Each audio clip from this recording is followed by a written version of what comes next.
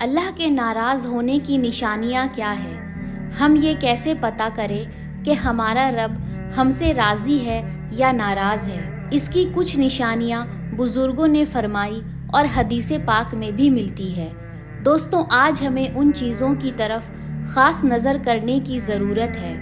اگر ہمیں وہ چیزیں پتہ چل جائے تو ہو سکتا ہے ہم اپنے آپ سے اصلاح کر لیں اور اس گناہوں کی زندگی سے باہر نکل آئے، کیونکہ غفلت میں ہمیں لگتا ہے کہ ہم جو کر رہے ہیں صحیح کر رہے ہیں، ہمارا تو سب ٹھیک ٹھاک چل رہا ہے۔ لیکن بعض اوقات ایسا ہوتا ہے کہ ہم اتنے غلط راستے پر ہوتے ہیں کہ رب تعالیٰ کی ناراضگی ہمارے ساتھ ہوتی ہے اور ہمیں پتہ بھی نہیں ہوتا۔ تو چلیے جانتے ہیں کچھ نشانیوں کے بارے میں، جس سے ہم یہ جان پائے کہ اللہ ہم سے راضی ہے یا ناراض ہے۔ حضور پاک صلی اللہ تعالیٰ علیہ وسلم نے فرمایا کہ اللہ کے ناراض ہونے کی سب سے بڑی نشانی یہ ہے کہ جب تم میں سے سب سے برے لوگوں کو تم پر وہ حاکم بنا دے تو سمجھ لو کہ اللہ قوم سے ناراض ہے۔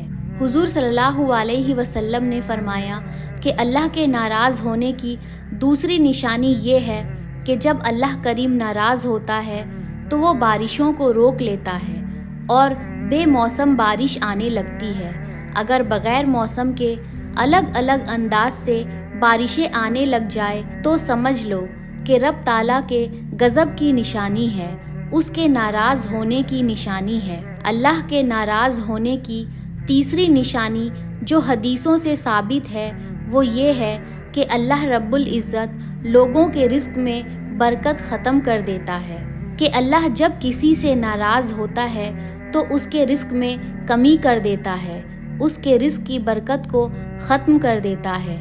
ایک بار ایک شخص حضرت علی کے پاس آیا اور کہنے لگا، یا علی، میں لٹ گیا، میں برباد ہو گیا، مجھے کچھ سمجھ نہیں آتا کہ میں کیا کروں۔ مولا علی نے پوچھا کہ کیا بات ہے، کیا ہوا؟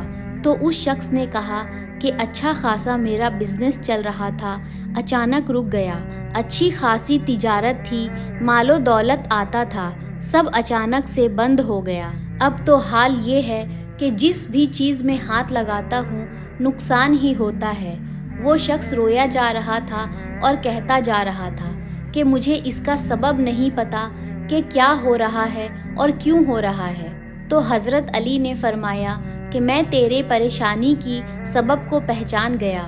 تو اس شخص نے پوچھا کہ یا علی، کیا ہے؟ تو حضرت علی نے کہا کہ رب تبارک و تعالیٰ تجھ سے ناراض ہے، ان گناہوں کی وجہ سے جو تو جان بوجھ کر کنٹینیو کرتا ہے، روزانہ اسے جاری رکھا ہوا ہے۔ تو اس شخص نے پوچھا کہ میں یہ کیسے پتہ کروں کہ کون سے گناہ چل رہے ہیں اور جن گناہوں کی وجہ سے میرے رزق کی برکت ختم ہو گئی ہے؟ حضرت علی نے فرمایا کہ تجھے یہ احساس کرنا ہوگا کہ کچھ چیزیں ایسی ہیں کہ جن کو تو روز کر رہا ہے، کہ اگر فجر کی نماز کے لیے تو نہیں اٹھتا ہے، اگر تیری فجر کی نماز نہیں ہوتی ہے تو یہ تو گناہ کبیرہ ہے، یہ زنا سے بڑھ کر گناہ ہے۔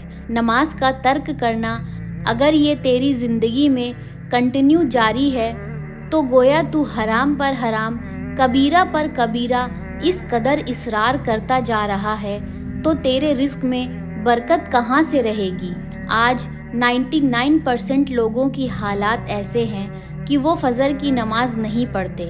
فجر کی 2 رکعت رزق کے کئی دروازے کھول دیتی ہے، اور اللہ قرآن میں فرماتا ہے کہ اللہ اپنی رحمت سے جس کے لیے دروازے کھولتا ہے کوئی اسے بند نہیں کر سکتا، اور اللہ یہ بھی فرماتا ہے کہ جس کے لیے اللہ روک دے تو کوئی طاقت اسے کھول نہیں سکتی۔ دوستوں، یہ تو اللہ تبارک و تعالیٰ کی ناراضگی کی نشانی ہے، پر اس کی سزا کیا ہے؟ جو کنٹینیو گناہ کرتا ہے، جو ہمیشہ گناہ میں مبتلا رہتا ہے، اس کی پہلی سزا تو یہ ہے کہ اللہ اس کا دل پتھر کی طرح بنا دیتا ہے، اس کا دل سخت ہو جاتا ہے، نہ اللہ تعالیٰ کے نام پر اس کی آنکھیں بھیگتی ہوئی دکھتی ہے، نہ عذاب قبر کا اسے خوف محسوس ہوتا ہے، نہ محشر کے دن کی فکر، نہ جہنم کے لپکتے ہوئے شعلوں سے اس کا دل دہلتا ہے۔ گناہوں پر جو بندہ کنٹینیو اصرار کرتا جاتا ہے اس کا دل سخت کر دیا جاتا ہے۔ یہ رب تبارک و تعالیٰ کی ناراض ہونے کی نشانی ہے۔ اور اللہ کے ناراض ہونے کی ایک نشانی یہ بھی ہے کہ جب بندے کو عبادت کرنے میں مزہ نہیں آتا تو سمجھ لو کہ رب تعالیٰ اس سے ناراض ہے، اللہ نے اس سے توفیق چھین لیا ہے، نماز پڑھنے میں اس کا دل نہیں لگتا، اور اگر اذان کی آواز سن کر بھی وہ لاپرواہی برتتا ہے تو یہ اس بات کی علامت ہے کہ اس کا رب اس سے راضی نہیں ہے، ناراض ہے۔ اور اللہ جس سے راضی ہوتا ہے اسے تو کڑاکے کی ٹھنڈیوں میں بھی اس کو بستر سے اٹھا کر اپنے دربار میں لاتا ہے۔ جس سے رب راضی ہوتا ہے اسے اپنے دربار میں لگائے رکھتا ہے۔ وہ رات ہو کہ دن ہو، کہ صبح ہو کہ دوپہر ہو، وہ بندہ دوڑا ہوا رب تعالیٰ کے حضور پہنچ جاتا ہے۔ پھر پوچھا گیا کہ اگر رب تبارک و تعالیٰ ناراض ہے تو پھر دولت، گھر بار، ساری چیزیں کیسے؟ تو فرمایا کہ یہ بھی اللہ کے ناراض ہونے کی ایک نشانی ہے۔ اگر گناہ کے کنٹینیو ہونے کے باوجود تمہارے مال میں کمی نہیں آ رہی ہے، تمہارا مال و دولت روزانہ بڑھتا جا رہا ہے، تو خوف کھاؤ کہ اللہ بڑے عذاب کا تمہارے لیے تیاری فرما رہا ہے۔ آخرت میں تمہارا کوئی حصہ نہیں ہوگا، تمہیں سب دنیا میں دے دیا جائے گا اور تمہارے لیے بڑے عذاب کی تیاری ہو رہی ہے۔ اگر گناہوں کی وجہ سے تمہاری پکڑ نہیں ہوئی اور تمہارا مال اور ساری چیزیں چل رہی ہے تو یہ اس بات کی علامت ہے کہ یہ بڑے عذاب کی تیاری ہے۔ اللہ کی ناراضگی کی ایک علامت یہ بھی ہے کہ دل کا سخت ہو جانا۔ اب دل سخت ہے یہ کیسے پتہ کرے؟ تو فرمایا گیا کہ مسجد میں اگر زیادہ دیر بیٹھنے کی خواہش نہیں ہوتی ہے، اگر قرآن پڑھنے میں دل نہیں لگتا ہے تو سمجھ لو کہ تمہارا دل سخت ہو چکا ہے، اور تمہارے جیب میں پیسے ہو اور کوئی سائل یا فقیر آیا اور تم اس کے لیے صدقہ نہیں کر پا رہے ہو تو سمجھ لو کہ تمہارا دل سخت ہو چکا ہے۔ یہ دل کی سختی کی علامت ہے، اور دل کا سخت ہونا یہ تو اللہ کی طرف سے بہت بڑی سزا ہے۔ اس لیے دوستوں، دل کی سختیاں آنے سے پہلے اپنے رب کو راضی کر لے، رحمان کو راضی کر لے۔ آج کے ان حالات کو دیکھ کر یہ محسوس ہوتا ہے کہ کہیں رب ناراض تو نہیں ہے ہم سے۔ دعائیں کثرت سے ہوتی ہے، ہماری دعائیں کہاں جا رہی ہے؟ اور ظالموں کا ظلم بڑھتا جا رہا ہے۔ شرین اور فسادی لوگوں کو ہماری گردنوں پر حاکم بنایا گیا ہے۔ یہ سب اللہ تعالیٰ کے ناراض ہونے کی نشانی ہے۔ تو آج سے اور ابھی سے اپنے اللہ سے سچی اور پکی توبہ کر لے اور اپنے گناہوں کی معافی مانگے، اور سجدے میں گر کر اپنے اللہ سے یہ کہے، یا رب تیرے لیے بندے میرے علاوہ کروڑوں ہیں، میں ایک نہیں ہوں تیرے لیے تو کروڑوں ہیں، لیکن میرے لیے تو صرف تو ایک ہی ہے جس کے سامنے جھک کر میں مانگ سکتا ہوں۔ دوستوں، جن گناہوں میں زندگی گزر رہی ہے اس سے نکلنا بہت ضروری ہے۔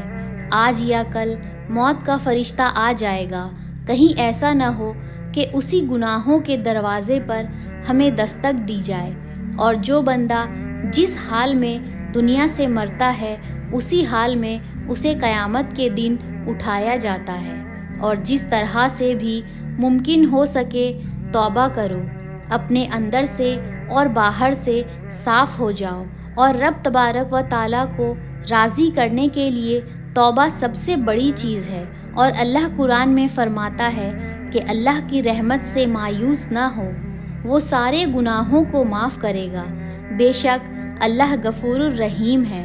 اللہ تبارک و تعالیٰ کی بارگاہ میں یہ دو چیزیں رکھے، اس کی بخشش کی امید بھی اور اس کے پکڑ کا خوف بھی، اور اس خوف اور امید کے بیچ میں جینے کا نام ایمان کی زندگی ہے۔